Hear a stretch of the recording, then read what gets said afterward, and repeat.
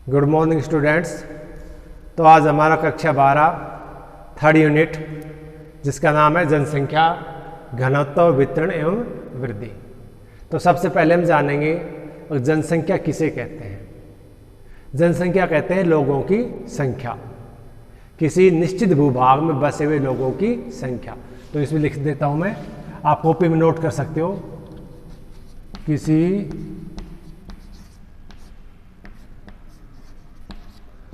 भूभाग में बसे हुए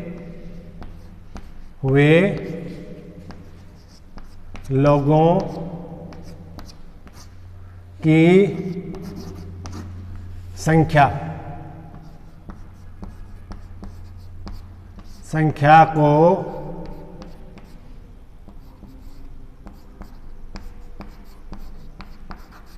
जनसंख्या कहते हैं। किसी भूभाग में बसे हुए लोगों की संख्या को हम क्या कहते हैं? जनसंख्या कहते हैं। अब किसी भूभाग में कोई निश्चित भूभाग है, जैसे कोई देश है, जिला है, तहसील है, राज्य है, उसमें बसे हुए भूभाग में लोगों की संख्या को हम क्या कहते हैं? जनसंख्या कहते हैं। अब जनसंख्या में आपके स्त्री, पुरुष, महिलाएं, बच्चे, बूढ़े सारे व्यक्ति इसमें जो हैं जनसंख्या में शामिल किए जाते हैं। तो ये तो हो गया हमारा जनसंख्या। तो देखिए हमारा जो चैप्टर था जनसंख्या वितरण घनत्व एवं वृद्धि। तो देखिए पृथ्वी पर मानव सभ्यता को आए हुए लाखों वर्ष बीत चुके हैं, और जो मनुष्य की जो यात्रा है वो बहुत लंबी रही है। और इस यात्रा में जो मनुष्य का जो जनसंख्या का जो फैलाव है या जो वितरण वो समान नहीं है। कहीं पर जनसंख्या का वितरण कहीं पर अधिक है तो कहीं पर क्या है? कम है। कहीं पर भाई जनसंख्या का वितरण अधिक है तो कहीं पर कम है। इसी प्रकार डेंसिटी यानी जो घनत्व है, कहीं पर लोग अधिक रहते हैं, कहीं पर तो लोग कम रहते हैं। तो पहला जो इसमें हमारा जो है टॉपिक आएगा, अब मानव एक संसाधन के रूप में। अब मनुष्य क्या है? एक संसाधन है। अब मनुष्य क्या है? एक संसाधन, स्वयं एक संसाधन होने के साथ साथ संसाधनों का निर्माता भी है। जैसा कि हमें अपने आसपास जो भी वस्तुएं दिखाई देती हैं, चाहे वे सड़कें हो, चाहे आपकी फसलें हो, या आपकी महानगर हो, या आपके गांव हो, या आसपास की जो वस्तुएं हमें दिखाई देती हैं, मकान हो, ये सब चीज़ें किसकी द्वारा बनाई हुई हैं? मानव की द्वारा बनाई हुई हैं। यानी मनुष्य क्या है? एक जो है संसाधन निर्माता है, संसाधनों का निर्माण करता है।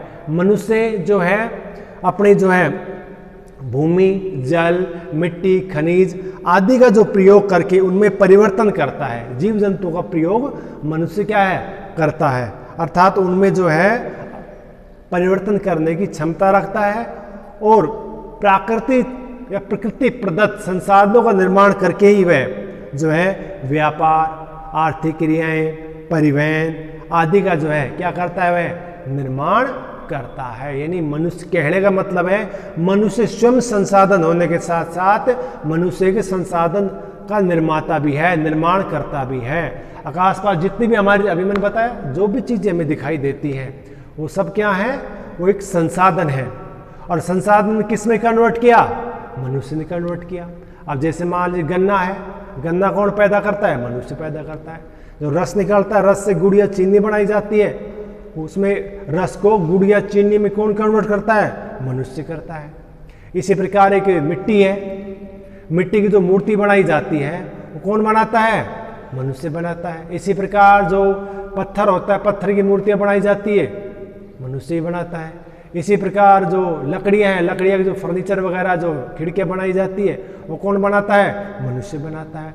तो कहने का तात्पर्य ये है मनुष्य एक संसाधन होने के साथ साथ स्वयं एक संसाधनों का निर्माण करता भी है। अर्थात मनुष्य क्या है? जो निर्माण करता है, संसाधनों का निर्माता है, ये कह सकते हैं। ठीक है। तो बेटा हम चर्चा कर रहे थे जनसंख्या घनत्व और वितरण। तो देखिए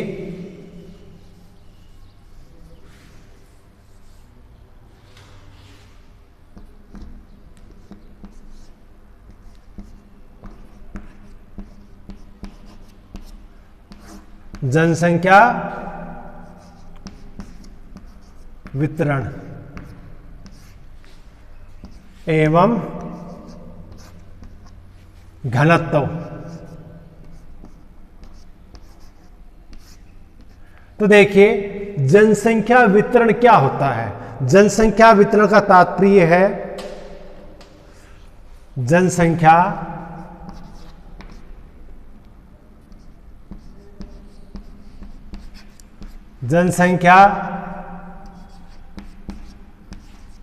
वितरण का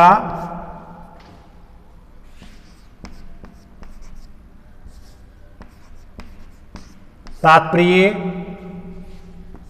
पृथ्वी पर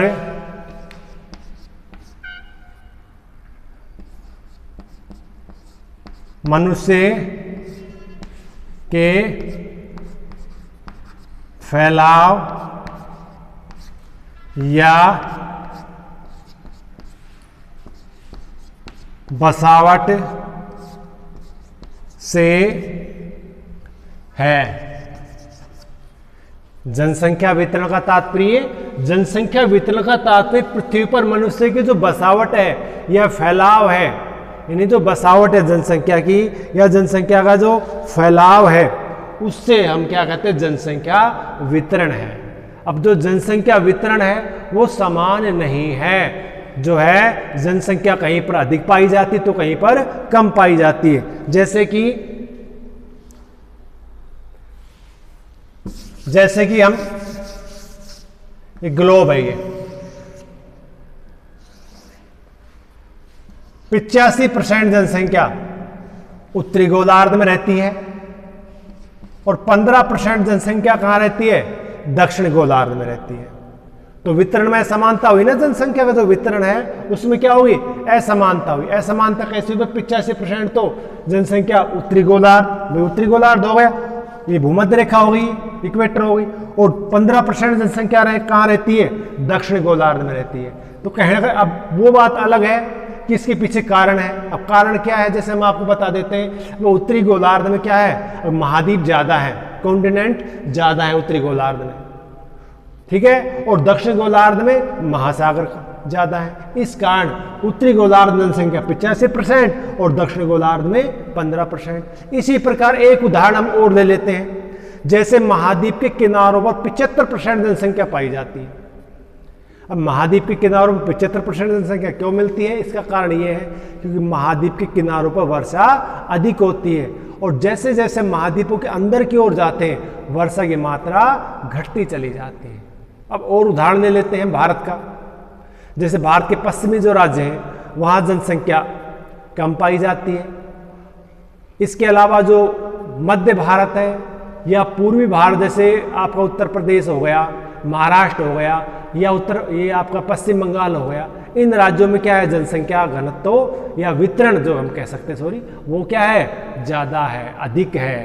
तो कहने का तात्पर्य ये है अब पृथ्वी पर जनसंख्या का जो वितरण है वो समान नहीं है। और उदाहरण आप उठा सकते हो महाद्वीप वाई, जैसे आप एशिया महाद्वीप है, एशिया महाद्वीप में विश्व की 60% आबादी निवास करती है, 60% से ज्यादा। 100 में से एशिया जो कॉन्टिनेंट है उसमें विश्व की 60% आबादी निवास करती है। इसी प्रकार यूरोप में आप चले जाइए तो यूरोप का जो पश्चिमी भाग है वहाँ जनसंख्या ज़्यादा है। इसी प्रकार अफ्रीका में आप महाद्वीप में आ जाइए तो अफ्रीका का जो मध्य भाग है या उत्तरी अफ्रीका है वहाँ जनसंख्या कम है, और दक्षिणी अफ्रीका है, नीचे वाला जो अफ्रीका है वहाँ जनसंख्या ज़्यादा है। तो ये तो कुछ उदाहरण हो गए जनसंख्या वितरण का फैलाव। यानी कहने का तात्पर्य यह है कि जनसंख्या का जो वितरण है विश्व में वो समान नहीं है, ठीक है, जनसंख्या का वितरण समान नहीं है। अब अगला जो हमारा टॉपिक था वो था जनसंख्या घनत्व। अगला जो था जनसंख्या घनत्व। तो वितरण का तो क्लियर हो गया, ये हमने क्लियर कर दिया, ये क्लियर कर दिया। अब है जनसंख्या घनत्व।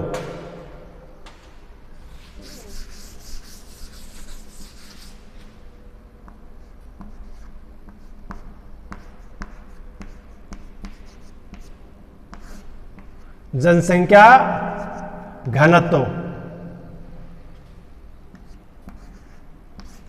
तो देखिए, जो जनसंख्या घनत्व डेंसिटी, यानी पृथ्वी के निश्चित भूभाग में लोगों की जो संख्या, जो बसावट है, इसका मनुष्य यानी भूमि और मनुष्य का अनुपात के इससे जो है ज्ञात किया जाता है।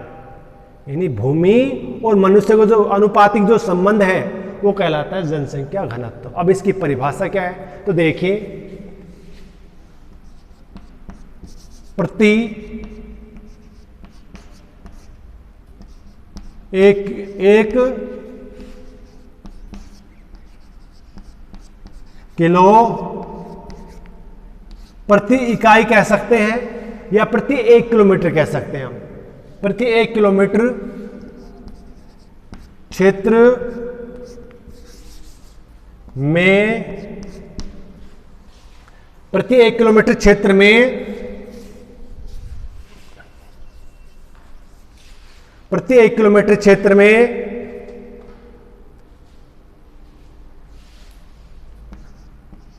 रहने वाले लोगों की संख्या, प्रति 1 किलोमीटर में या प्रति इकाई क्षेत्र में रहने वाले लोगों की संख्या, वो क्या कहलाता है, जनसंख्या घनत्व कहलाता है। यानी कहने का तात्पर्य डेंसिटी, यानी भूमि और मनुष्य का जो अनुपात है, संबंधों का जो अनुपात, वो कहलाता है जनसंख्या घनत्व। तो देखिए, विश्व में जो जनसंख्या घनत्व वो भी समान नहीं है। अब जैसे अब मैंने आपको बताया, जैसे अब भारत में आ जाइए, भारत में जो उत्तर प्रदेश है वहाँ आबादी ज़्यादा और क्षेत्रफल कम है। इसी प्रकार बिहार है, आबादी के अनुपात में जो क्षेत्रफल वो कम है। और कुछ राज्य ऐसे हैं जहाँ पर क्षेत्रफल तो ज़्यादा है और आबादी कम है।